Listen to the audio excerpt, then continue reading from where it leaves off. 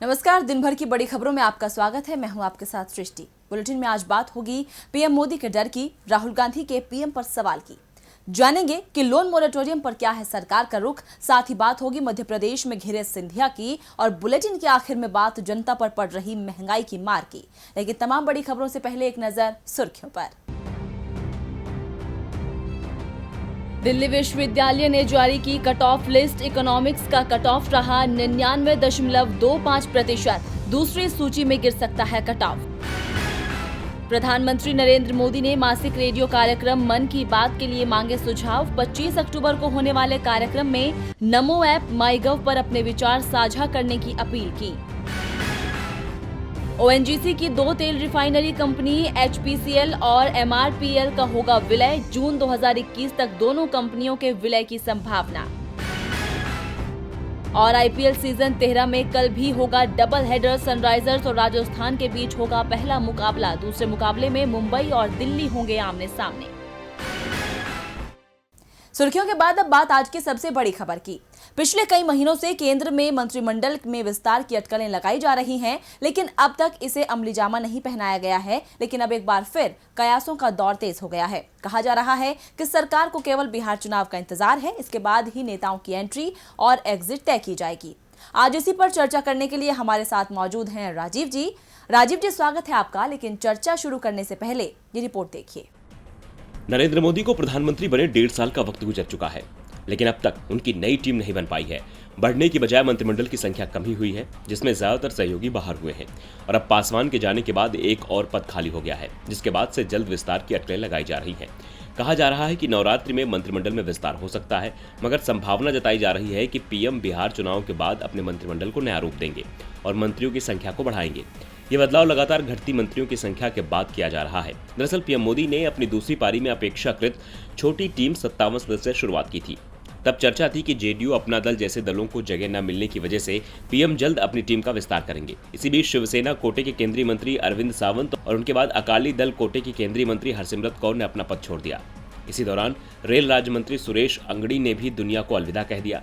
इस तरह से टीम मोदी में इस समय महज 53 सदस्य बचे हैं, जबकि पीएम अपनी टीम में 81 सदस्य रख सकते हैं। अब इस टीम में वे अपने सहयोगियों को जगह देते हैं या फिर बीजेपी के ही नेताओं को तवज्जो दी जाती है। इस पर सस्पेंस बरकरार है, क्योंकि इस वक्त मोदी के मंत्रिमंडल में सहयोगियों का प्रतिनिधित्व लगभग खत्म हो गया है। शिवसेना, अकाली दल, आजसू समेत कुछ और छोटे दलों ने एनडीए से नाता तोड़ा है।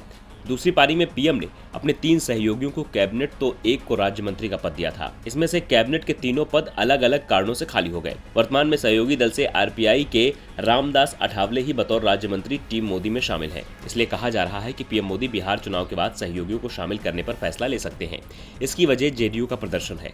सियासी गलियारों में चर्चा है कि चुनाव में जेडीयू के प्रदर्शन के मुताबिक ही उसे पद दिया जाएगा। इसके अलावा पीएम आगामी चुनाव को देखते हुए दूसरे दलों को भी साधने की कोशिश करेंगे। अब देखना दिलचस्प होगा कि कौन हो सकता है शामिल और कौन हो सकता है बाहर। राजीव जी, आमतौर पर माना जाता है कि जिस पार्टी या गठबंधन की केंद्र में सरकार होती है, उसके सहयोगियों की संख्या तेजी से बढ़ती है, क्योंकि उन्हें केंद्रीय कैबिनेट में हिस्सा मिलने की उम्मीद रहती है। दूसरी ओर जो केंद्र सरकार का प्रमुख दल है, उसकी पहुंच भी नए राज्यों तक होती है। अटल बिहारी वाजपेयी ने 24 पार्टियों के गठबंधन की सरकार चलाई। मनमोहन सिंह की सरकार में भी 1 दर्जन से ज्यादा पार्टियां थी। अधिकांश पार्टियों को मंत्रिमंडल में प्रतिनिधित्व में वाजपेयी और मनमोहन सिंह ने दिया था। लेकिन आज जो केंद्र में सरकार है, वो नाम की एनडीए सरकार है। सरकार का पूरा चेहरा बीजेपी का हो चुका है, क्योंकि मोदी कैबिनेट के सभी मंत्री बीजेपी के हैं। सहयोगी दलों का प्रतिनिधित्व शून्य है। लोकसभा अध्यक्ष भी बीजेपी का ही है, जबकि वाजपेयी के समय पर यह पद सहयोगी को दिया जाता था। क्या लगता है, पीएम मोदी की सरकार में सहयोगियों के लिए भी अब जगह नहीं है? देखिए सृष्टि, ये कोई पहली बार नहीं है जब ये सवाल उछला हो कि क्या मोदी सरकार में सहयोगियों के लिए कोई जगह नहीं है। पहले भी कई मौके ऐसे आए जब केंद्र में एनडीए की सरकार नहीं बल्कि केवल भाजपा की सरकार नजर आई, और वो भी वन मैन शो की तरह। दरअसल एनडीए जब बना था तो आपको याद होगा कि कांग्रेस की सत्ता का विकल्प देने के लिए भाजपा की अगुवाई में कई छोटे बड़े दलों को साथ मिलाकर के बना था। अटल बिहारी वाजपेयी के समय जब एनडीए सरकार बनी थी और वो प्रधानमंत्री बने थे, तो भाजपा को स्पष्ट बहुमत नहीं था। यही हाल यूपीए का रहा, जिसकी सरकार कांग्रेस के नेतृत्व में रही और डॉक्टर मनमोहन सिंह प्रधानमंत्री बने। तब भी कांग्रेस को स्पष्ट बहुमत नहीं था। एनडीए हो या यूपीए, सहयोगी दलों के गठबंधन से ही भाजपा और कांग्रेस ने सरकार बनाई, जिसमें उनका वर्चस्व रहा, लेकिन बाकी दलों का सहयोग भी मिला। इस सहयोग के बदले सृष्टि अन्य दलों को मंत्री पद या अन्य सम्मानजनक पद हासिल हुए, लेकिन 2014 से गठबंधन राजनीति में भी बदलाव आ गया है। भाजपा को आम चुनावों में पूर्ण बहुमत मिला, हालांकि सरकार एनडीए की ही रही, फिर भी सहयोगियों को पहले जैसा सम्मान नहीं मिला। इसीलिए शिवसेना और अकाली दल जैसे पुराने सहयोगी भाजपा से दूर हो गए। मोदी सरकार के दूसरे कार्यकाल में मंत्रिपरिषद में भाजपा के 7 सहयोगी दलों के 57 नेताओं को जगह दी गई थी। 24 कैबिनेट मंत्री बने थे, आपको याद होगा, लेकिन अकाली दल से हरसिमरत कौर बादल और शिवसेना से अरविंद सावंत ने पहले ही साथ छोड़ दिया और अब रामविलास पासवान के नहीं रहने से मंत्रिमंडल में केवल भाजपा के ही सांसद बच गए हैं। मंत्रिपरिषद में भी केवल आरपीआई ही सहयोगी दल के रूप में है। इस पार्टी यानी आरपीआई के रामदास अठावले सामाजिक न्याय और अधिकारिता राज्य मंत्री हैं।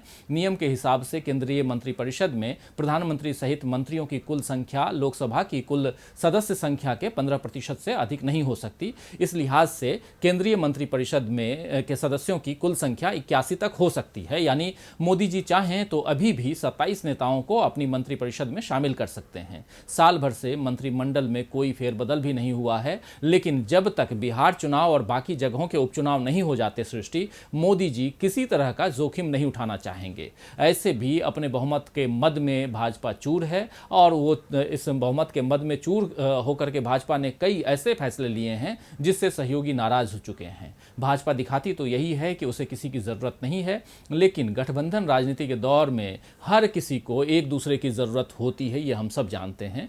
भाजपा इस बात को भी समझती है, शायद इसीलिए अभी कैबिनेट विस्तार नहीं कर रही है। धन्यवाद राजीव जी तमाम जानकारी के लिए। अब रुक करते हैं अगली खबर का।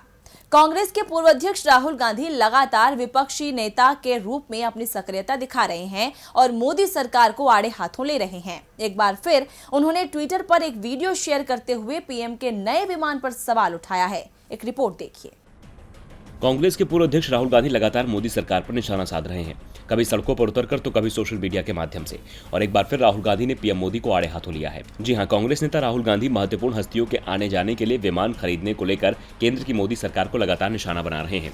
राहुल गांधी ने ट्रक में यात्रा कर रहे सेना के जवानों का एक वीडियो जारी कर कहा है कि जवानों को नॉन बुलेट प्रूफ ट्रकों में शहीद होने के लिए भेजा जा रहा है और प्रधानमंत्री के लिए 8400 करोड़ रुपए का हवाई जहाज खरीदा गया है। राहुल गांधी ने शनिवार सुबह ट्वीट किया कि हमारे जवानों को नॉन बुलेट प्रूफ ट्रकों में शहीद होने के लिए भेजा जा रहा है और पीएम के लिए 8400 करोड़ के हवाई जहाज, क्या यह न्याय है? दरअसल कृषि कानूनों के खिलाफ आंदोलन में शामिल होने पंजाब पहुंचे राहुल गांधी से जब पूछा गया कि जिस ट्रैक्टर पर आप बैठे थे उसमें तो सोफे लगे थे, इस पर राहुल गांधी ने कहा था कि नरेंद्र मोदी ने 8000 करोड़ के 2 प्लेन खरीद लिए, उसमें तो पूरा पलंग है, सिर्फ इसलिए क्योंकि उनके दोस्त ट्रंप के पास भी ऐसा ही है। इसके बाद वीवीआईपी विमान खरीदने के राहुल गांधी के आरोपों पर केंद्र सरकार ने जवाब दिया था। केंद्र सरकार ने कहा था कि इन विमानों को लाने की प्रक्रिया लगभग 10 साल पहले यूपीए के शासनकाल में हुई थी। एनडीए सरकार ने इस डील को तार्किक परिणति तक पहुंचाया है। बहरहाल राहुल गांधी की ऐसी सक्रियता से कांग्रेस कार्यकर्ताओं का उत्साहवर्धन जरूर हो रहा है। पीएम के नए विमान पर सवाल उठ रहे हैं। वैसे सवाल तो लोन मोरेटोरियम को लेकर भी उठ रहे हैं। मामला सुप्रीम कोर्ट पहुंच चुका है। पहले केंद्र सरकार ने लोन मोरेटोरियम में राहत देने का ऐलान किया था, लेकिन अब सरकार ज्यादा राहत देने के मूड में नहीं है। आज सरकार ने सुप्रीम कोर्ट में हलफनामा दिया है और अपना रुख साफ किया है। तो क्या है सरकार का रुख, इस रिपोर्ट में देखिए।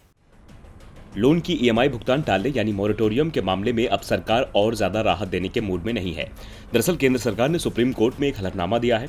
इस हलफनामे में सरकार ने अपना रुख साफ करते हुए बताया है कि विभिन्न सेक्टर्स को पर्याप्त राहत पैकेज दिया है। मौजूदा महामारी के बीच अब यह संभव नहीं है कि इन सेक्टर्स को और ज्यादा राहत दी जाए। साथ ही केंद्र सरकार ने इस बात पर भी जोर दिया है कि सुप्रीम कोर्ट वित्तीय नीतियों के मामले में हस्तक्षेप न करे।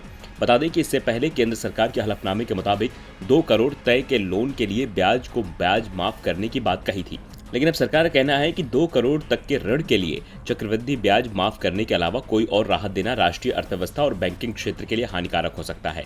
आपको बता दें कि केंद्र सरकार ने सुप्रीम कोर्ट को बताया था कि 2 करोड़ रुपए तक के MSME, education, home, consumer, auto loan पर लागू चक्रवृद्धि ब्याज को माफ किया जाएगा। इसके अलावा क्रेडिट कार्ड बकाया पर भी ये ब्याज वसूली नहीं की जाएगी। लेकिन इसके बाद शीर्ष अदालत ने विभिन्न क्षेत्रों में उधारकर्ताओं के लिए राहत पर विचार करने के लिए सरकार को 1 हफ्ते का वक्त दिया था, जिस पर आज सरकार ने कोर्ट में अपना रुख साफ कर दिया है, जिससे साफ जाहिर है कि सरकार अब और राहत देने के मूड में नहीं है। केंद्र सरकार लोन मोरेटोरियम में और राहत देने के मूड में नहीं है, लेकिन बिहार की जनता का मूड क्या है, ये सभी को जरूर परेशान कर रहा है। खास तौर पर नीतीश कुमार को, जो अपनी सीएम पद की कुर्सी बचाने को लेकर परेशान हैं। केंद्रीय मंत्री और लोक जनशक्ति पार्टी के संस्थापक रामविलास पासवान के जाने से बिहार की राजनीति पर गहरा असर पड़ा है। उनके ना होने से नीतीश का खेल बिगड़ता दिख रहा है। तो कैसे बदल सकती है बिहार की चुनावी चाल, आइए इस विश्लेषण में समझते हैं। बिहार विधानसभा चुनाव में कौन जीत हासिल करेगा? क्या फिर नीतीश कुमार की होगी बिहार में बहार? क्या चिराग करेंगे जेडीयू में अंधेरा? इन सारे सवालों के जवाब 10 नवंबर को नतीजों के साथ मिल जाएंगे। लेकिन उससे पहले सियासी समीकरण लगातार बदलते जा रहे हैं। पहले एलजेपी ने जेडीयू के खिलाफ प्रत्याशी उतारकर नीतीश की धड़कनें बढ़ाई और अब पासवान के जाने से चुनावी खेल में नीतीश का जीतना मुश्किल हो गया है। राजनीतिक गलियारों में चर्चा है कि पासवान को लेकर सहानुभूति के आंसू वैसे तो सभी दलों का खेल बिगाड़ेंगे, लेकिन सबसे ज्यादा खामियाजा जेडीयू को भुगतना पड़ सकता है।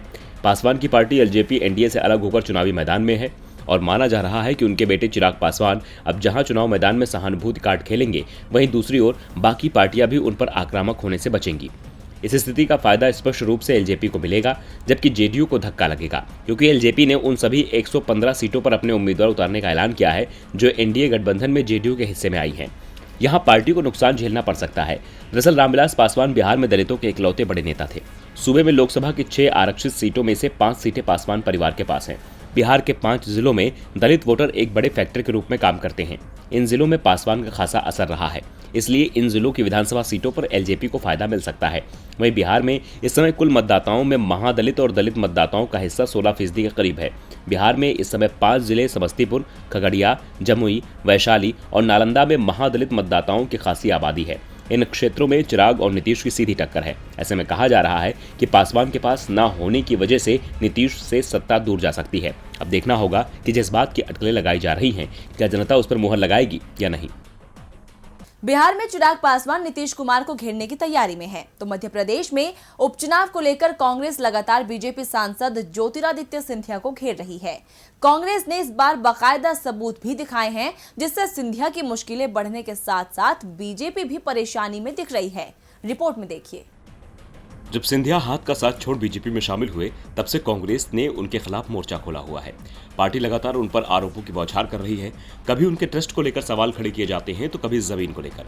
जी हां, इस बार भी कांग्रेस ने सिंधिया पर इन्वेंट्री में दर्ज जमीन को बेचने का आरोप लगाया है।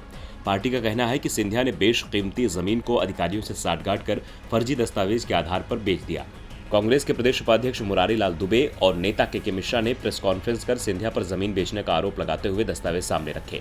कांग्रेस नेता के मिश्रा ने कहा कि आजादी के संग्राम और राजनीति में गद्दारी के पर्याय बन चुके सिंधिया परिवार को वफादारी शब्द से ही कितनी नफरत है, उसका अंदाजा इस बात से लगाया सकता है कि इस परिवार ने अपने वफादार कुत्ते के जाने के बाद बनवाई गई उसकी समाधि को भी बेच खाया। कांग्रेस नेताओं ने कहा कि सिंधिया अधिकारियों की आंखों में धूल झोंककर सबको धोखा दे रहे हैं। वैसे ये कोई पहला मौका नहीं जब कांग्रेस ने सिंधिया पर जमीन में धोखाधड़ी का आरोप लगाया है। इससे पहले कांग्रेस ने ज्योतिरादित्य सिंधिया पर माहौरकर का बाड़ा की जमीन पर कब्जा कर बेचने का आरोप लगाया था।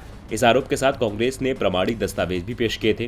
कांग्रेस ने आरोप लगाया था कि सिंधिया परिवार ने ग्वालियर के जयेंद्रगंज स्थित माहौरकर के बाड़ा की 8 बीघा 2 बिस्वा भूमि, जिसकी कीमत 360 करोड़ के लगभग है, ये जमीन ग्वालियर के पूर्व राजघराने की व्यक्तिगत संपत्ति की सूची में शामिल भी नहीं है।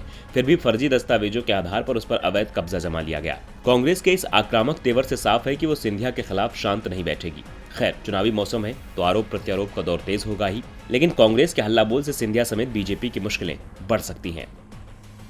मध्य प्रदेश में उपचुनावों के दौरान सिंधिया को लेकर बीजेपी परेशानी में पड़ी है, तो बिहार विधानसभा चुनावों में भी उसके अपने ही पार्टी की परेशानी का कारण बन गए हैं। टिकट कटने से कई नेता पार्टी से बगावत कर गए हैं और इसी डर से पार्टी यूपी में विधानसभा उपचुनावों के लिए उम्मीदवार तय नहीं कर पा रही है। पार्टी में अब तक केवल मंथन ही चल रहा है। उत्तर प्रदेश में 7 सीटों पर होने वाले विधानसभा उपचुनाव को 2022 में होने वाले फाइनल मुकाबले से पहले सेमीफाइनल के रूप में देखा जा रहा है। यही वजह है कि सभी राजनीतिक दल 7 सीटों पर जीत के लिए जोर लगा रहे हैं, जिताऊ प्रत्याशियों को मैदान में उतार रहे हैं। समाजवादी पार्टी, कांग्रेस, बसपा, यहाँ तक कि प्रसपा ने भी अपने उम्मीदवारों के नाम की घोषणा कर दी है, लेकिन सत्ताधारी बीजेपी ने अभी अपने उम्मीदवारों के नाम का ऐलान नहीं किया है। इसके पीछे एक बड़ी वजह भाई भतीजावाद बताई जा रही है। दरअसल ज्यादातर सीटें बीजेपी के विधायक मंत्रियों के जाने से खाली हुई हैं। इनमें कानपुर की घाटमपुर सीट पर कमल रानी वरुण, अमरोहा की नौगांव सादात से कैबिनेट मंत्री चेतन चौहान, देवरिया की सीट बीजेपी विधायक जन्मेजय सिंह, बुलंदशहर की सीट बीजेपी के मुख्य सचेतक रहे वीरेंद्र सिंह सिरोही, जबकि फिरोजाबाद की टुंडला सीट पर कैबिनेट मंत्री रहे एसपी सिंह बघेल के सांसद बन जाने के बाद खाली हुई है। इन सीटों पर अब उनके परिवार से ही 3-3, 4-4 लोग दावेदारी कर रहे हैं, जिसको लेकर पार्टी की भी मुश्किल बढ़ गई है और इन दावेदारों में से किसे टिकट दिया जाए, इस पर माथापच्ची लगातार जारी है।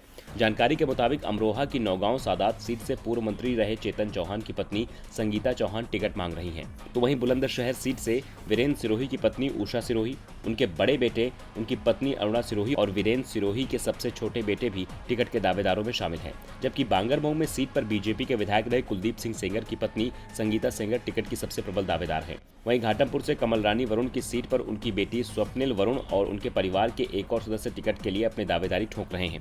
जबकि देवरिया की सीट जो बीजेपी विधायक जन्मेजय सिंह के जाने से खाली हुई, उस पर जन्मेजय सिंह के बेटे अजीत प्रताप सिंह टिकट मांग रहे हैं। इसी भाई भतीजेवाद की वजह से पार्टी ने प्रत्याशियों को मैदान में नहीं उतारा है। ये देरी पार्टी पर भारी भी पड़ सकती है, क्योंकि अगर करीबियों को टिकट नहीं दिया गया तो बगावत की आवाज और बुलंद होगी। अब देखना दिलचस्प होगा कि किसे टिकट मिलता है और किसे नहीं। और बुलेटिन के आखिर में बात जनता पर पड़ रही महंगाई की मार की। महामारी के दौर में जहां एक तरफ जीडीपी घट रही है तो वहीं महंगाई बढ़ रही है, और वो भी इतनी तेजी से कि सब्जियों के साथ साथ दालों के दाम भी आसमान छू रहे हैं। आलू, प्याज, टमाटर तो लाल हो ही रहे हैं, अब दालें भी सेंचुरी लगा रही हैं। ऐसे में आम आदमी को समझ नहीं आ रहा है कि खाएं तो खाएं क्या। आम आदमी को जीवन गुजारने के लिए सिर्फ रोटी, कपड़ा और मकान चाहिए। मोदी सरकार में लोगों को ना रोटी नसीब हो रही है, ना ही कपड़ा और ना ही मकान। महंगाई इस कदर बढ़ती जा रही है कि खाना खाने की मुश्किल हो गई है। पहले जब सब्जियों के दाम बढ़े तो लगा कि दालों से काम चल जाएगा, लेकिन अब तो अरहर ने भी आंख दिखाना शुरू कर दिया है। पूर्णबंदी के बाद खाने पीने की चीजों में जबरदस्त महंगाई का सामना करना पड़ रहा है। अनाज, दालों और तेल के दाम तेजी से बढ़ रहे हैं। सबसे ज्यादा इस्तेमाल की जाने वाली अरहर दाल का दाम पिछले महीने में 1.5 गुना तक बढ़ गया है। अरहर दाल के दाम पिछले 2 से 3 महीने में 85 से 90 रुपए तक चल रहे थे, लेकिन अब ये बढ़कर 135 रुपए तक पहुंच गए हैं। मूंग और मसूर की कीमत भी बढ़ी हुई है, सिर्फ मटर दाल में राहत है। आढ़तियों का कहना है कि अरहर के दाम में बढ़ोतरी का असर दूसरी दालों पर भी पड़ सकता है। फिलहाल मूंग दाल 130 रुपए किलो, चना दाल 80 रुपए और उड़द दाल 150 रुपए किलो बिक रहे हैं। मसूर दाल 85 से 100 रुपए तक बिक रही है। चने की अच्छी फसल की वजह से दाम काबू में है। हालांकि काला चना 1 महीने पहले 60 रुपए किलो बिक रहा था, जो अब बढ़कर 70 रुपए तक पहुंचा है। काबुली चना 1 महीने पहले 75 रुपए किलो से बढ़कर 90 रुपए तक पहुंच गया है। जानकारों का कहना है कि महामारी के चलते बड़ी तादाद में मजदूर गांव लौटे हैं। उन्होंने अरहर की जगह धान और मक्के की बुआई की है। रकबा घटने से भी अरहर के दाम तेज हुए हैं। इनमें आगे भी तेजी बनी रह सकती है। इन आंकड़ों से साफ है कि अब थाली खाली होने वाली है। न सब्जियों का स्वाद होगा, न दालों में दम होगा। सब कुछ फीका फीका सा होगा। तो फिलहाल दिन भर की बड़ी खबरों में इतना ही। देखते रहिए डीबी लाइव। नमस्कार।